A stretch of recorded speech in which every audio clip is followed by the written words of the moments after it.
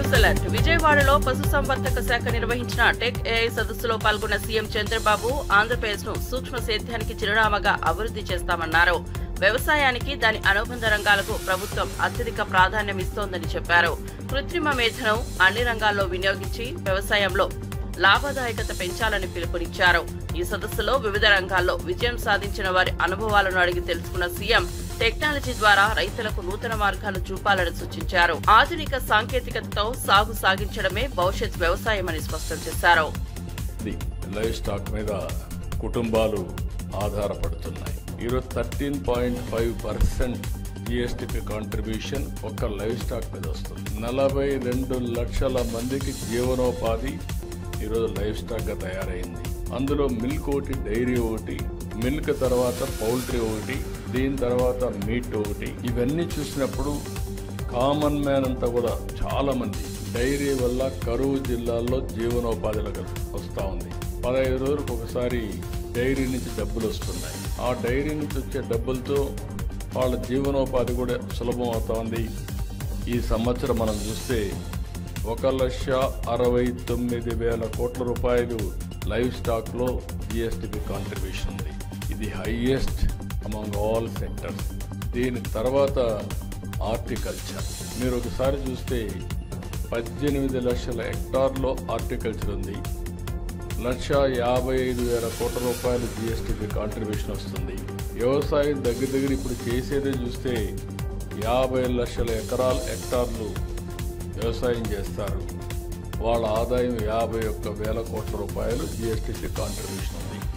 అది చూసిన తర్వాత మొన్నే ఆదేశాలు ఇచ్చాను, డబల్ చేయమని. 18 లక్షల హెక్టార్ని 36 లక్షల హెక్టార్లు రాబోయే 5 ఏళ్లు చేస్తే వీళ్ళ ఆదాయం కూడా డబుల్ అవుతుందనే ఉద్దేశంతో ఆదేశాలు ఇచ్చాను. దాని టెక్నాలజీ కూడా ఇంటిగ్రేట్ చేస్తున్నాం. అవన్నీ చేస్తే చాలా వరకు ఉపయోగపడుతుంది. డైరీ షెడ్స్కి ఎక్కడైతే విలేజ్ లెవెల్లో ప్రాపర్టీ ట్యాక్స్ కానీ హౌస్ ట్యాక్స్ కానీ ఇస్తే అవన్నీ ఇమ్మీడియట్గా రద్దు చేస్తామని చెప్పి కూడా ఈ సభాముఖంగా మీకు అందరికీ హామీ ఇస్తున్నాం. ఇక్కడ బ్యాంకులకు కూడా చెప్తున్నా, మీ డబ్బులు కూడా ఏ సెక్టర్ ఎక్కువ జిఎస్టిపి కాంట్రిబ్యూషన్ ఉందో, ఏ సెక్టర్లో ఎక్కువ మంది పేదవాళ్ళు ఆధారపడుతున్నారో అలాంటివన్నీ కూడా ఇంటిగ్రేట్ చేయాలి. ఈ సంవత్సరం 2,50,000 ఎకరాల్లో మైక్రో ఇరిగేషన్ ప్రాధాన్యత ఇచ్చాం. ఆటోమేషన్ కూడా వస్తుంది. అవసరమైతే ఈ క్యాటిల్ డెవలప్మెంట్ కానీ డైరీ డెవలప్మెంట్లో దీనికి కూడా సపోర్ట్ ఇస్తాం.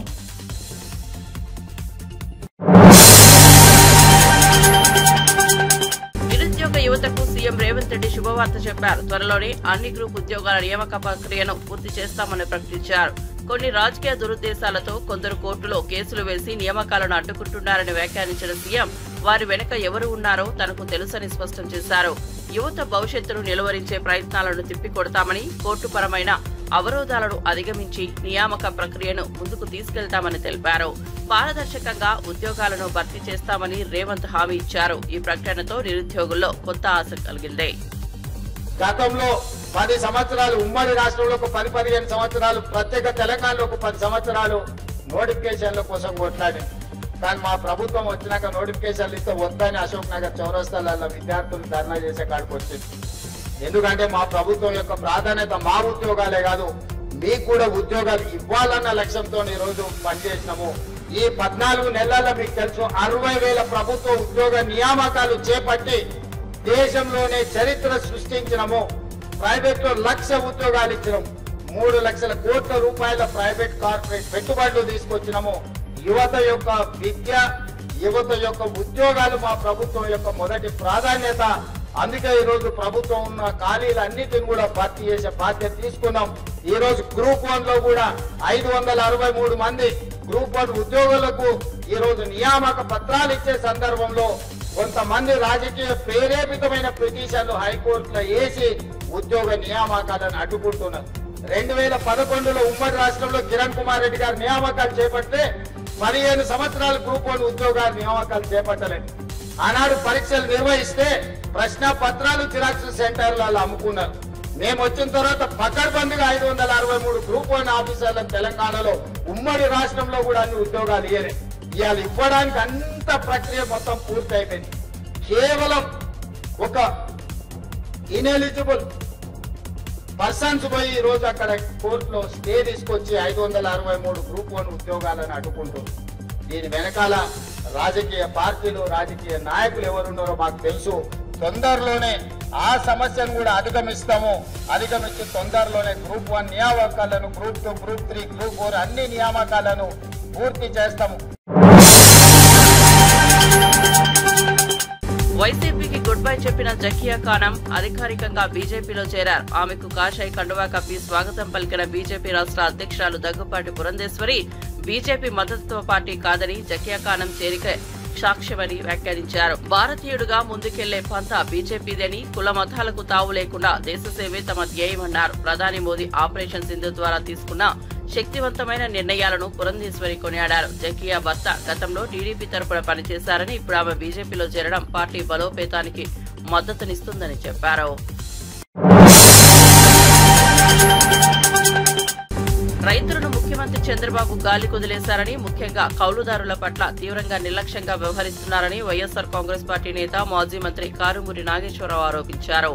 తాడేపల్లిలో మీడియాతో మాట్లాడిన ఆయన జగన్ హయాంలో కౌలుదారులకు పెద్దపీట వేసి పంట నష్టపోయినప్పటికీ ఆర్థికంగా ఆదుకున్నారని గుర్తు చేశారు. కానీ చంద్రబాబు ప్రభుత్వం కౌలుదారీ కార్డులు కూడా తొలగించిందని మండిపడ్డారు. ఖరీఫ్ సీజన్ మొదలవడానికి ఇంకా 15 రోజులే ఉండగా ఇప్పటికీ నిర్ణయం తీసుకోకపోవడం దారుణమన్నారు. 80% మంది కౌలుదారుల మనుగడను పట్టించుకోకపోవడమే చంద్రబాబు పాలన అని విమర్శించారు.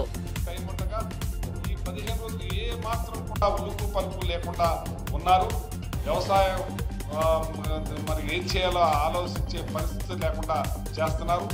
అలాగే ఈ అధికారులు కూడా ఒక పద్ధతి ప్రకారంగా ఒక బాధ్యతగా కలెక్టర్లకి దిశ నిర్దేశించి జగన్మోహన్ రెడ్డి గారు నాకు ఈ రకంగా కౌలుదారికి చేయాలి, అక్కడ రైతులకి కౌలుదారికి అనుసంధానకర్తగా మీరుండి 11 నెలలే వాళ్ళకి కౌలుదారీ కార్డు వర్తించేటట్టు మళ్ళీ నెక్స్ట్ రెన్యువల్ చేసుకునేటట్టుగా ఏర్పాటు చేసే కార్యక్రమం జగన్మోహన్ రెడ్డి గారు చేస్తే ఈ ప్రభుత్వం ఏమీ పట్టించుకోకుండా 70-80% ఉన్న కౌలుదారీ రైతాంగాన్ని గాలి వదిలేసి అమరావతి భ్రమరావతి ఆ అమరావతిలో 3 పంటలు పండే పంటను ఇంకొక 40,000 ఎకరాలను కూడా తీసుకుంటానికి ఆలోచనలతోటే ముందుకెళ్తున్నారు. కానీ రాష్ట్రానికి మరి అన్నదాత అయిన మెజార్టీగా 70-80% పండిస్తున్న కౌలుదారుని ఆదుకోవాలనే ఆలోచన ఏమాత్రం కూడా లేకుండా ఈ ప్రభుత్వం మరి ఇలా నడుస్తుందంటే చాలా బాధాకరం, దారుణం, ఏమైన పని చెప్పి ఈ సందర్భంగా తెలియజేస్తున్నాను. ఇవాళ రైతాంగం ఎక్కడికి వెళ్ళినా సరే అలో లక్ష్మణ ఎవరికి చెప్పుకోవాలి, ఎమ్మెల్యేనా కనపడ్డు, అధికారులా ఏం చెప్పినా చెవులో శంఖం ఊదినట్టే. ప్రభుత్వం ఏమీ పట్టించుకుంటుంది. ప్రభుత్వం పైనుంచి బాధ్యతగా పట్టించుకుని చంద్రబాబు నాయుడు గారు ముఖ్యమంత్రిగా దీని మీద మీటింగ్లు పెట్టి రైతాంగాన్ని లాస్ట్ గింజ వరకు కొనాలనే ఆలోచన లేదు. ఇవాళ మా ఓన్లీ వెస్ట్ గోదావరి జిల్లా తీసుకుంటే 10 లక్షలు పెట్టి ధాన్యం పండింది, దాంట్లో 6 లక్షలు టార్గెట్ ఇచ్చారు. మళ్ళీ మొన్న రైతులందరూ గొడవ చేసి రోడ్డెక్కి మరి మా ఈస్ట్ గోదావరి గొడవ చేస్తే 1 లక్ష పెంచారు. మరి 3 లక్షల పండిన ధాన్యం ఎవరికి అమ్ముకోవాలి, ఎక్కడికి వెళ్ళాలి? ముందు వచ్చిన రైతులు అమ్మేసుకున్నారు, తర్వాత రైతుల పరిస్థితి ఏంటని నేను అడుగుతా ఉన్నాను. ఇవాళ అందులో చాలా మంది కౌలుదారి రైతులు బలైపోయి ఉన్నారు, దాంట్లో ఇరుక్కుపోయి ఎవరికి అమ్మాలో తెలియదు, ఎవరికి ఇయ్యాలో తెలియదు. ఇదే జగన్మోహన్ రెడ్డి గారి ప్రభుత్వంలో. తెలంగాణలో సాగునీటి ప్రాజెక్టుల పురోగతిపై సీఎం రేవంత్ రెడ్డి సమీక్ష నిర్వహించారు. సమావేశంలో మంత్రులు ఉత్తమ్ కుమార్ రెడ్డి, పొన్నం ప్రభాకర్, ప్రణాళిక సంఘం వైస్ చైర్మన్ చిన్నారెడ్డి, నీటిపారుదల శాఖ ఉన్నతాధికారులు హాజరయ్యారు. ప్రాధాన్యత కలిగిన ప్రాజెక్టుల పూర్తి స్థాయిలో నిర్వహణ, పెండింగ్ నిధుల మంజూరు, అంతర్రాష్ట్ర జల వివాదాల పరిష్కారాలపై చర్చ జరిగింది. కృష్ణా, గోదావరి జలాలపై సుప్రీంకోర్టు ట్రైబ్యునల్ విచారణ పురోగతిపై సమీక్షించారు. కాళేశ్వరంపై ఎన్డీఎస్ఏ నివేదికను పరిశీలించి బ్యారేజీల పునఃనిర్మాణానికి కార్యాచరణ ప్రణాళిక రూపొందించే దిశగా సీఎం అధికారులకు స్పష్టమైన ఆదేశాలు జారీ చేశారు.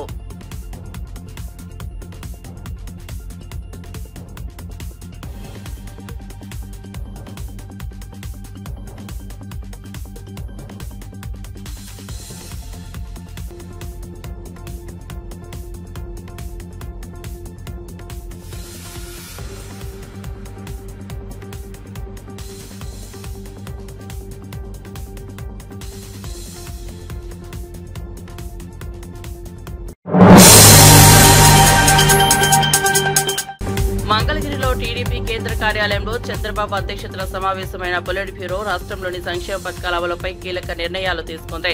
జూన్ 12న తల్లికి వందనం, అన్నదాత సుఖీభావ పథకం అమలు చేస్తూ 1,00,000 ఒంటరి మహిళలు, వితంతువులకు పింఛన్లు ఇవ్వాలని నిర్ణయించింది. దీపం పథకం లబ్ధిదారులకు సిలిండర్ బుకింగ్ ముందే నగదు అందించనున్నది. పహల్గామ్ ఉగ్రదాడిలో అమరులైన సైనికులకు నివాళులర్పించిన పొలిట్ బ్యూరో ఈ నెల 16, 18 తేదీల్లో తిరంగా ర్యాలీలు నిర్వహించాలని నిర్ణయించింది. లోకేష్ ప్రతిపాదించిన పార్టీ సంస్కరణలకు బృందం ఆమోదం తెలిపింది. మొన్ననే మత్స్యకారులకి 258 కోట్లు ఏదైతే వేట నిషేధ సమయానికి వృత్తి కూడా ఇచ్చాం. రేపు జూన్ 12 పాఠశాలలు తెరిసేలోగా తల్లికి వందనం కింద పిల్లల తల్లిదండ్రుల అకౌంట్లలో డబ్బులేయాలని ఈరోజు పాలిట్ బ్యూరో నిర్ణయం చేశాం. కేంద్ర ప్రభుత్వం రేపెప్పుడు అన్నదాత సుఖీభావ కింద ఫస్ట్ ఇన్స్టాల్మెంట్ వేస్తారు, అదే రోజు మనం ఫస్ట్ ఇన్స్టాల్మెంట్ జోడించి రైతులకు ఇవ్వాలని చెప్పి నిర్ణయం చేశాం. దీంతో పాటుగా ఇంకొక మంచి నిర్ణయం తీసుకున్నాం. రేపా ఎల్లుండా 10 రోజుల్లో రాష్ట్ర ముఖ్యమంత్రి గారు, జాతీయ పార్టీ అధ్యక్షులు ఈ 12 మాసాల్లో ఏ నెలలో ఏ సంక్షేమ పథకం ఇస్తాం, ఏ తారీఖుని ఇస్తామనేది ఒక సంవత్సరం క్యాలెండర్ కూడా వీలైనంత త్వరగా ముఖ్యమంత్రి గారు సంక్షేమ పథకాలు ఏదైతే సూపర్ 6లో గాని ఏదైతే మనం హామీలు ఇచ్చామో ఒక్కొక్క మంత్ ఒక్కొక్క సంక్షేమ పథకాన్ని అమలు చేయాలని 12 మాసాల క్యాలెండర్ కూడా వీలైనంత తొందరగా ఇస్తామని చెప్పి సందర్భంగా తెలియజేస్తున్నాను. 11 మాసాల్లో 8.50 లక్షల పెట్టుబడులు వచ్చాయి. అవన్నీ అమలు జరిగే విధంగా మనం అనుకున్నటువంటి 20 లక్షల ఉద్యోగాలు ప్రతి ఒక్కరికి ఇవ్వాలి. అదేదో మనం చెప్పడం కాదు, ఎవరు కంప్యూటర్లో చూసినా సరే ఏ పరిశ్రమలో ఎంతమందికి, ఏ ఊర్లో ఎంతమందికి, ఏ జిల్లాలో ఎంతమందికి ఇచ్చామనే స్పష్టమైనటువంటి సమాచారాన్ని ప్రతి ఒక్కరికి తెలియజేయాలని ఈరోజు పొలిట్ బ్యూరోలో నిర్ణయం చేశాం. వైఎస్ఆర్ కాంగ్రెస్ పార్టీ అధికారంలో ఉన్నప్పుడే కాదు, ప్రతిపక్షంలో ఉన్న బాధ్యతాయుతంగా వ్యవహరిస్తోందని మాజీ ఎమ్మెల్యే కాసు మహేష్ రెడ్డి అన్నారు. పిడుగురాళ్ల జానపాడు ఆర్ఓబీ నిర్మాణానికి జగన్ ప్రభుత్వం హయాంలో 52 కోట్లు మంజూరు చేసి పనులు ప్రారంభించిందన్నారు. అయితే కూటమి ప్రభుత్వం వచ్చాక ఒక్క అడుగు ముందుకెళ్లలేదని ఆరోపించారు. గత 2 నెలలుగా ఆర్ఓబీ కోసం వైసీపీ నిరంతర పోరాటం చేస్తోందని గుర్తు చేశారు. మేం నాటిన చెట్టుకు నీరు ఎవరు పోసినా అభినందిస్తాం. మాకు కావాల్సింది అభివృద్ధి, ప్రజల మేలు అని ఆయన స్పష్టం చేశారు. ప్రజా ప్రయోజనాలకి మా రాజకీయాలు కేంద్రీకృతమని పేర్కొన్నారు. 2023 సంవత్సరంలో పనులు మొదలు పెట్టాం. అక్కడున్న ఆక్రమణలన్నీ కూడా తొలగించాం. అక్కడున్న వీధి లైట్లను కూడా విస్తరించి రోడ్లు ఇరువైపులా చివరికి వెళ్లేటట్టు చేశాం. ఇంకా కాస్తలో పనులన్నీ ముమ్మరంగా సాగుతాయన్నప్పుడు ప్రభుత్వం మారడం జరిగింది. కానీ మీరు చూస్తే గడిచిన సంవత్సరంలో ఒక్క అంగుళం కూడా ఈ ఎన్డీఏ కూటమి ప్రభుత్వంలో ఒక అంగుళం కూడా పని ముందుకు పోలేదు. అందుకే 2-3 నెలల నుంచి మేము మా ప్రెస్ స్టేట్మెంట్స్ ద్వారా కావచ్చు, సెల్ఫీల ద్వారా కావచ్చు ఒక ఉద్యమాన్ని మొదలు పెట్టాం. అంతేకాకుండా హైకోర్టులో కూడా ఒక ప్రజా ప్రయోజనాల రాజ్యం పబ్లిక్ ఇంట్రెస్ట్ లిటిగేషన్ పిటిషన్ కూడా వేయడానికి ముందుకు పోయాం. బహుశా ఇది తెలుసుకుని ఉంటారు. అలాగే ఏదైతే ఇవన్నీ సెల్ఫ్ మీడియా ఏవైతే వీడియోలు ట్రోల్ అయినాయో అది సీఎం పేషీ వారికి పోవటం, సీఎం పేషీ వాళ్ళు అక్షింతలేయటం, ఆర్ఎన్బి అధికారులకి, లోకల్ తెలుగుదేశం నాయకులకి వెంటనే పనులు మొదలు పెట్టాలని రేపు 15వ తేదీ మరల శంకుస్థాపన చేయబోతున్నారని పత్రికల్లో చూసాం. సంతోషం. శంకుస్థాపన చేయడం మేము అర్థం తగలం. వైఎస్ఆర్సీపీ నాయకులు కూడా కొంతమంది ఫోన్ చేసి మళ్లీ శంకుస్థాపన అయింది సార్, 1.5 క్రితం 2 సంవత్సరాల క్రితం శంకుస్థాపన చేసి పనులు మొదలు పెట్టాం. ఒకసారిగా ఈ ప్రభుత్వం 10 సార్లు శంకుస్థాపన చేసినా మాకేం అభ్యంతరం కాదు. మాకు కావాల్సింది పనులు, బ్రిడ్జ్ పూర్తవు.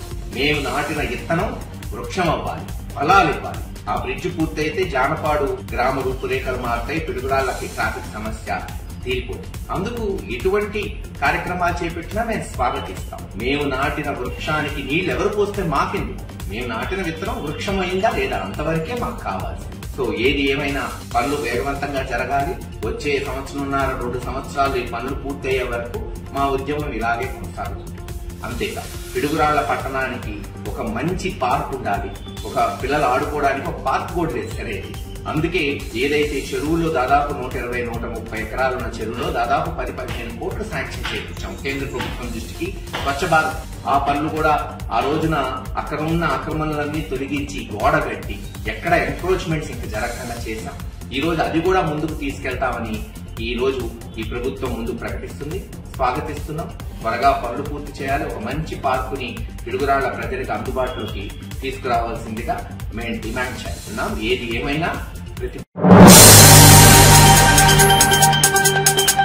బుడమేరు వరదకు గండ్లు పడిన ప్రాంతాలను మంత్రి నిమ్మల రామానాయుడు స్వయంగా పరిశీలించారు. గతంలో అత్యవసరంగా పూడ్చిన 3 గండ్లను కలిపి రిటైనింగ్ వాల్ నిర్మాణానికి చర్యలు ప్రారంభిస్తున్నట్లు తెలిపారు. సీజన్ ప్రారంభానికి ముందే నిర్మాణ పనులను పూర్తి చేయాలని అధికారులను ఆదేశించారు. బుడమేరు డైవర్షన్స్ కెనాల్ సామర్థ్యాన్ని 37,500 క్యూసెక్కులకు పెంచేందుకు అవసరమైన ప్రతిపాదనలు సిద్ధం చేసినట్లు వివరించారు. వరద నీరు ఎనికేపాడు మీదుగా కొల్లేరు, ఉప్పుటేరు చేరి సముద్రంలో కలిసేలా డిపిఆర్ తయారీ దశలో ఉందని తెలిపారు. దీనివల్ల వరద ముప్పు తగ్గనున్నట్లు మంత్రి వివరించారు. ఆ వర్క్స్ ని మరి టెండర్స్ పిలిచి ఆ పనులను కూడా మొన్ననే మరి యుద్ధ ప్రాతిపదికన ప్రారంభించమని డీవాటరింగ్ అది జరుగుతూ ఉన్నాయి. ఖచ్చితంగా ఇప్పుడు అధికారులకు అదేవిధంగా ఏజెన్సీలకు కూడా చాలా క్లియర్ గా చెప్పడం జరిగింది. రేపు జూన్ మరి 10వ తారీఖు కల్లా మినిమం సేఫ్టీ లైన్ కైనా సరే మీరు ఈ వాల్ని తీసుకుని రావాలి. ఎందుకంటే మాన్సూన్స్ కూడా ఎర్లీగా వస్తాయని చెప్తుంది. చేత దానికి అనుగుణంగా ఇప్పుడు ఒక యూనిట్ మాత్రమే పనిచేస్తుంది. ఒక యూనిట్ కాదు, మీరు 3 యూనిట్లు పెట్టుకోండి, 3 షిఫ్ట్లు పెట్టుకోండి. ఖచ్చితంగా రేపు జూన్ 10వ తారీఖు కల్లా ఒక 3 మీటర్స్ వాల్ సేఫ్టీ లైన్లోకి ఖచ్చితంగా తీసుకురావాలని చెప్పేసి ఏజెన్సీకి అధికారులకు కూడా తగినటువంటి ఆదేశాలు ఇవ్వడం జరిగిందని చెప్పి తెలియజేసుకుంటూ ఈ పనుల్ని మన ఎమ్మెల్యే వసంత కృష్ణ ప్రసాద్ గారు అదేవిధంగా ఇక్కడ ఉన్నటువంటి నాయకులు అధికారులతో కూడా సమన్వయం చేసుకుని ఈ వర్క్స్ ను కూడా మరి స్పీడప్ చేస్తామని చెప్పి తెలియజేసుకుంటూ అదేవిధంగా ఇంకా బుడమేరికి శాశ్వత ప్రాతిపదికను కూడా మరి వరద ముంపు నుంచి మరి విజయవాడను రక్షించవలసిన అవసరం ఉంది. దానిలో భాగంగానే మరి వెలగలేరు రెగ్యులేటర్ దగ్గర నుంచి ఏదైతే మరి ఓల్డ్ ఛానల్ ఏదైతే ఉందో ఎనికేపాడు యూటీ వరకు ఆ ఓల్డ్ ఛానల్ కూడా డెవలప్ చేయడానికి అదేవిధంగా ఎలగలేరు రెగ్యులేటర్ నుంచి ఓల్డ్ ఛానల్ కి సమాంతరంగా పాత కాలువ అది డెవలప్ చేసి తద్వారా ఒక 20,000-25,000 క్యూసెక్కుల నీరు ఆ యొక్క ఎనికేపాడు యూటీ నుంచి కొల్లేరుకి తీసుకెళ్లేటువంటి విధంగా కూడా ఒక ప్రతిపాదనను ఆ ల్యాండ్ ఈక్వేషన్ అన్ని కూడా చేయడం జరుగుతుంది. అదేవిధంగా ఏదైతే బుడమేరు ఈ డైవర్షన్ ఛానల్ ఏదైతే ఉందో ఇది కూడా 37,500 తీసుకెళ్లేటువంటి విధానంలో బ్యాలెన్స్ వర్క్లు ఏవైతే ఉన్నాయో వాటిని కూడా మరి ఎస్టిమేషన్ చేసుకుని మరి ఇవన్నీ కూడా మరి తయారు చేసుకునేటువంటి డిపిఆర్ని అంతా కూడా ముఖ్యమంత్రి గారి దృష్టిలోని వారం రోజుల్లోనే పెట్టి రాష్ట్ర ఆర్థిక పరిస్థితి దృష్ట్యా ఎందుకంటే దగ్గర ఒక 6,000 నుంచి 8,000 కోట్ల రూపాయల వరకు ఈ వర్క్స్ అన్నిటికీ అయ్యేటువంటి పరిస్థితి ఉంది. కాబట్టి ఇది కేంద్ర ప్రభుత్వం సహకారంతో డిజాస్టర్ మేనేజ్మెంట్ నుంచి మరి ఈ పనులు చేపట్టాలనే ఉద్దేశంతో ఈ యొక్క డిపిఆర్ను కూడా పూర్తి స్థాయిలో ఒక 4 రోజుల్లోనే తయారు చేసి ముఖ్యమంత్రి గారి దృష్టికి కూడా తీసుకెళ్లి కేంద్రం సాయంతో ఈ పనులు పూర్తి చేయడానికి పనిచేస్తామని చెప్పి మీ ద్వారా అందరికి కూడా తెలియజేసుకుంటాం.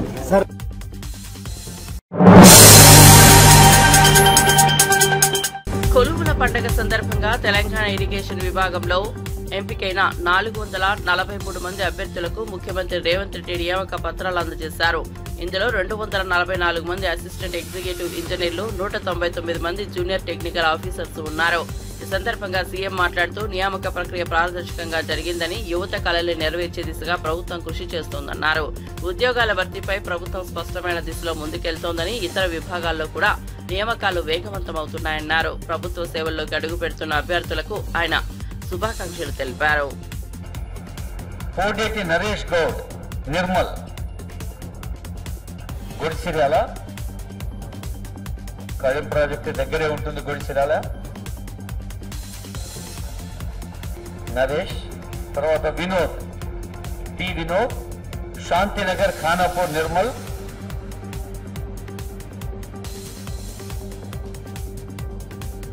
మత్స అభిలాష్ గౌడ్ నందిపేట్ నిజామాబాద్. ఇప్పుడు మన ఇరిగేషన్ శాఖ మంత్రులు గౌరవనీయులైన ముఖ్యమంత్రి గారికి ఇరిగేషన్ కుటుంబ సభ్యులందరి చేసే ఆత్మీయ సత్కారం, ఆ తర్వాత మన special secretary Prashant Patil IAS గారి ఓట్ ఆఫ్ థ్యాంక్స్ ఉంటుంది. ఆ తర్వాత అందరం జనగణమన కలిసి పాడతాం. I request Honorable Minister for Irrigation Uttam Kumar Reddy garu to felicitate Honorable CM.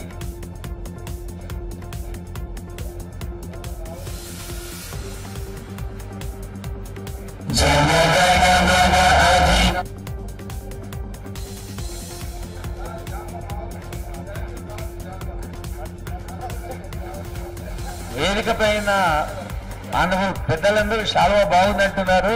ప్రస్తుతం తెలంగాణ రాష్ట్ర వ్యాప్తంగా కూడా కలర్ఫుల్ గా ఉంది.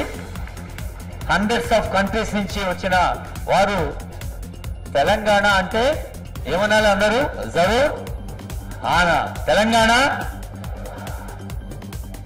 ఇప్పుడు ఇతర పెద్దలకు మన ఈఎన్సీ గారు ఇంకా సీనియర్ ఆఫీసర్స్ కలిసి చేస్తున్న సన్మానం ఆనరబుల్ సిఎస్ గారికి.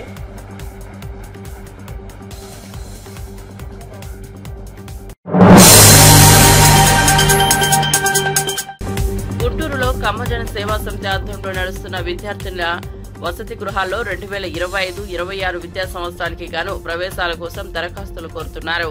గ్రామీణ ప్రాంతాల విద్యార్థులను దరఖాస్తు చేసుకోవచ్చని సంస్థ అధ్యక్షుడు సామినేని కోటేశ్వరరావు తెలిపారు. దరఖాస్తుల గడువు ఈ నెల 15 నుంచి 29 వరకు కొనసాగుతోంది. దరఖాస్తు ఫారాన్ని సమితి అధికారిక వెబ్సైట్ నుంచి పొందవచ్చని నిర్వాహకులు తెలిపారు. అదనంగా మరో కొత్త వసతి గృహం ఏర్పాటు చేసేందుకు కూడా సమితి ప్రణాళికలు సిద్ధం చేస్తోందని కార్యదర్శి రమేష్ వెల్లడించారు.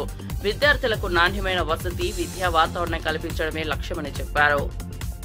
గ్రామీణ విద్యార్థుల వసతి గృహంలో 2025-26 విద్యా సంవత్సరానికి దరఖాస్తు చేసుకోవడానికి 15/5/2025 నుండి ప్రారంభించబడుతున్నాయి. వసతి గృహంలో ప్రవేశాలకు inter, BTech, degree, pharmacy, PG కోర్సుల్లో మరియు బీడీఎస్, ఎంబీబీఎస్ కోర్సుల్లో కూడా గ్రామీణ విద్యార్థుల నుండి ప్రతిభ, పేదరికం ఆధారంగా ప్రాధాన్యతనిచ్చి ఎంపిక చేసుకోబడును. విద్యార్థులను తమ దరఖాస్తుల కార్యాలయం నుండి కానీ వెబ్సైట్ www.kamajanasevasamiti.com నుండి కానీ డౌన్లోడ్ చేసుకుని పూర్తి చేసిన దరఖాస్తులను గుంటూరులోని సమితి కార్యాలయంలో 29/5/2025 తేదీలోపు అందజేయవచ్చును. ఎంపికైన విద్యార్థుల వివరాలు కార్యాలయం నోటీస్ బోర్డులో మరియు వెబ్సైట్ లో అప్లోడ్ చేయబడును. ఏకేసీ కళాశాల రోడ్లో దాదాపు 6,000 గజాల స్థలంలో 2,26,000 అడుగుల అధునాతమైన బిల్డింగ్, ఒక సెల్లారు, గ్రౌండ్ ప్లస్ 7 ఫ్లోర్స్, మొత్తం 9 ఫ్లోర్స్ తోటి ఒక పెద్ద బిల్డింగ్ కన్స్ట్రక్షన్ మొదలు పెట్టాం.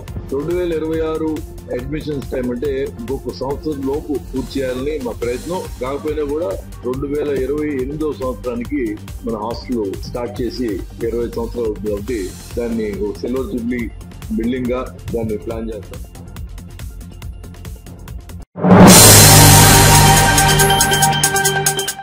పదేళ్ల బీఆర్ఎస్ పాలనలో ఇరిగేషన్ శాఖను తీవ్రంగా నిర్లక్ష్యం చేశారని మంత్రి ఉత్తమ్ కుమార్ రెడ్డి విమర్శించారు. సీఎం రేవంత్ రెడ్డి వచ్చాక తొలిసారిగా పూర్తి స్థాయిలో ఉద్యోగాలను భర్తీ చేస్తూ శాఖను బలోపేతం చేస్తున్నామని తెలిపారు. మోక్షగుండం విశ్వేశ్వరయ్య, నవాబ్ అలీ జంగ్ బహదూర్ లాంటి ప్రతిభావంతులు వారసులుగా ఇరిగేషన్ విభాగంలో చేరుతున్న నూతన ఉద్యోగుల శాఖ గౌరవాన్ని నిలుపుతారని ఆశాభావం వ్యక్తం చేశారు. నీటిపారుదల రంగాన్ని కొత్త దిశలో తీసుకెళ్లేందుకు ప్రభుత్వం నూతన శక్తిని అందిస్తోందని చెప్పారు. కొత్తగా నియమితులైన ఏఈఈ, జేటీఓలకు ఉత్తమ్ శుభాకాంక్షలు తెలిపారు. Special advisor to Nizam, and he was the one who first did Musi Nadilo వరదలు వస్తే హైదరాబాద్ నగరాన్ని ఎట్లా కాపాడాలని ప్రణాళిక చేసింది సర్ మోక్షగుండం విశ్వేశ్వరయ్య గారు. అదేవిధంగా ఉస్మాన్ సాగర్, హిమాయత్ సాగర్ రిజర్వాయర్ నిర్మించింది కూడా ఆనాటి తెలంగాణ ఇంజనీర్లు మోక్షగుండం విశ్వేశ్వరయ్య గారి నాయకత్వంలో. మరి అదే విధంగా నవాబ్ అలీ నవాజ్ జంగ్ బహదూర్ గారు హైదరాబాద్ లో చీఫ్ ఇంజనీర్ గా పనిచేశారు, ఇరిగేషన్ మంత్రిగా పనిచేశారు, నిజాం యొక్క ఎగ్జిక్యూటివ్ కౌన్సిల్ గా పనిచేశారు. సుమారు 100 ఏళ్ల క్రితం it is even difficult to imagine under Nawaz Jung Bahadur the then Telangana engineers build the Nizam Sagar which gives water to lakhs of acres. అదే విధంగా నాగార్జున సాగర్ కి గ్రౌండ్ వర్క్ చేసింది కూడా నవాజ్ జంగ్ బహదూర్ గారు.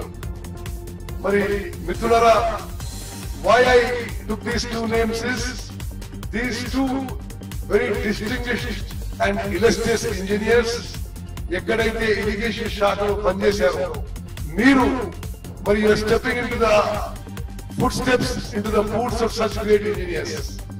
మీ మొత్తం కెరియర్ లో మీ స్కిల్, మీ నాలెడ్జ్, మీ అవేర్నెస్ అంతా పెంచుకుంటూ పోతూ మీరు కూడా మీ సుదీర్ఘ సర్వీస్ లో తెలంగాణలో మరి ఇరిగేషన్ శాఖలో ప్రాజెక్ట్స్ కి మరి అమోఘమైన సేవలు అందిస్తారని చెప్పి మా సంపూర్ణ విశ్వాసం నమ్మకం. అదేవిధంగా ఇరిగేషన్ శాఖ is one of the biggest and most prominent departments of Telangana government. Irrigation శాఖలో సుమారు 8,000 మంది మరి ఎంప్లాయీస్ ఉంటే సుమారు 4,000 మంది ఇంజనీర్లు మరి మరో 4,000 మంది ఇతర డిపార్ట్మెంట్స్ చెందిన వాళ్ళు. ఇది తెలంగాణ రాజకీయాల్లో పెను మార్పులు జరగనున్నాయని బీజేపీ నేత మాజీ ఎమ్మెల్యే ఎన్వీఎస్ఎస్ ప్రభాకర్ సంచలన వ్యాఖ్యలు చేశారు. జూన్ 2 లేదా డిసెంబర్ 9 తర్వాత బీఆర్ఎస్ కాంగ్రెస్ లో విలీనం కావడం తథ్యమని అన్నారు. ఇప్పటికే కేసీఆర్, కేటీఆర్, హరీష్ రావు మధ్య రాజీ కుదిరిందని, రేవంత్ రెడ్డి స్థానంలో కేసీఆర్ సీఎం అవబోతున్న నేపథ్యంలో అన్ని ఏర్పాట్లు జరిగిపోతున్నాయని ఆరోపించారు. కవితకు న్యాయ సలహా ఇచ్చే న్యాయవాదిని కాంగ్రెస్ చట్టసభల్లో కూర్చోబెట్టడం కూడా ఇదే స్క్రిప్ట్ లో భాగమని చెప్పారు. బీఆర్ఎస్ పాలనలో తీసుకున్న నిర్ణయాలపై విచారణలో మందకొడిగా నడుస్తుండడమే దీనికి సాక్ష్యమన్నారు. ఇప్పుడు కాంగ్రెస్ పాలన మొదలై 15 నెలలు దాటింది. ఒక్కొక్క సంఘటన, ఒక్కొక్క కుట్ర, ఒక్కొక్క కుతంత్రం, ఒక్కొక్క కుంభకోణం బయటకు వస్తూ ఆ పాలన విచారణ సంఘాలు అడుగులు ముందుకేస్తా ఉంటే అక్కడి నుంచి ఏం చేయాలి అనేటువంటి ఒక వ్యవహారంలో భాగంగానే డీల్ కుదిరింది, రాజీ జరిగింది. జూన్ 2 తర్వాత కానీ డిసెంబర్ 9 తర్వాత కానీ నేను డేట్లు కూడా ప్రస్తావిస్తున్నా. ఖచ్చితంగా విలీనం తథ్యం, ఖచ్చితంగా ముఖ్యమంత్రి మారటం తథ్యం. ఇది జరగబోయేటువంటి ఒక అంశం. దీనికి ఇప్పటికే ఈ యొక్క అంశంలో భాగంగా కవితకి కావాల్సిన న్యాయ సలహా అందిస్తున్నటువంటి అతిపెద్ద కాంగ్రెస్ పార్టీ అడ్వకేటుని ఏ రకంగా వీరు చట్టసభలో కూర్చోబెట్టారో కూడా మనం చూసాం. ఆ తర్వాత ఆ క్రమంలోనే విచారణ కమిటీలు మందగోడిగా ఎలా సాగుతున్నాయో కూడా మనం చూస్తూ వచ్చాం.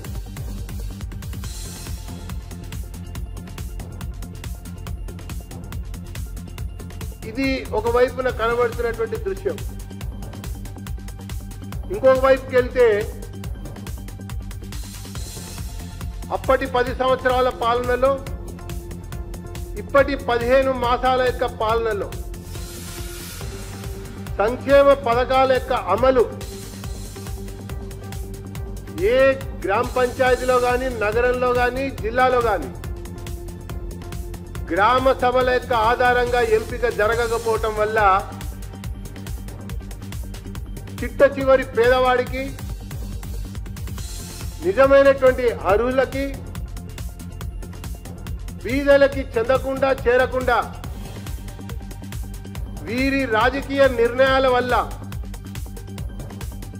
అప్పుడు వాళ్ళకి చెందిన వాళ్ళకే దక్కింది.